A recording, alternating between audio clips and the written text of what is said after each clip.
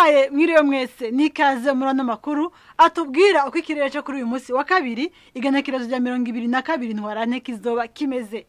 Mu gitondo turiteze ko tuzoronka ikirere kirimwo izuba n'ibicu bike bike mu mihingo yose igize igihugu cacu.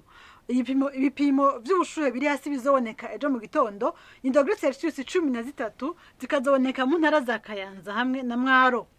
Ku muhingamo naho twiteze ko tuzoronka ikirere kirimwo ibicu vyinshi hakanagwa n'imvura mu ntara zose zigize igihugu cacu. Mu ntara za Bujumbura hamwe na Bubanza hazocamwo n'ibihe vy'izuba. Iyo mvura izokumvikanamwo imituragaro ahatari hake.